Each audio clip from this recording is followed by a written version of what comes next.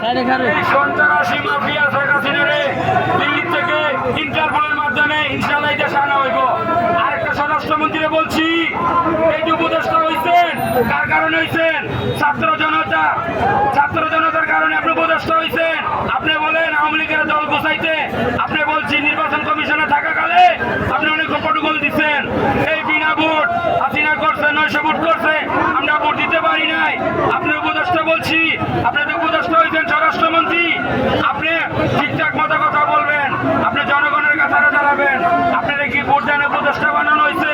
আপনি আওয়ামী লীগের দালালি করবেন না, আপনি হুঁশিয়ার হয়ে যাবেন।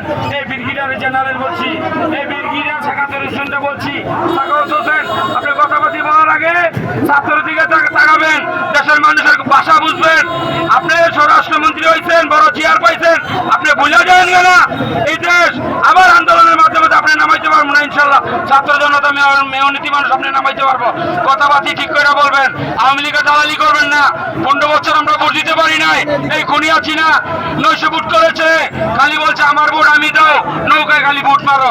আর পুলিশেরও দালালি করছে, সেনাবাহিনীর কিছু লোক দালালি করছে, বড় বড় অফিসাররা। আমি এইসব সেনাবাহিনী বলবো, আপনারা এই দেশে ফিরায়েন, এই দেশে ফিরায় আপনি দেশের বিচার করবো যারা দুর্নীতিবাদ ঘুষখোর। এই নির্বাচন কমিশনারকে বিচার করতে হইব, কাঠগড়া দাঁড়া করাইতে হইব। এই খুনি হাসিনা যতগুলা জনগণের ভোটের অধিকার কেড়ে নিয়েছে, আমি মনে করবো এই খুনি হাসিনা যতগুলা নির্বাচন কমিশনার করেছে ওদের বাপ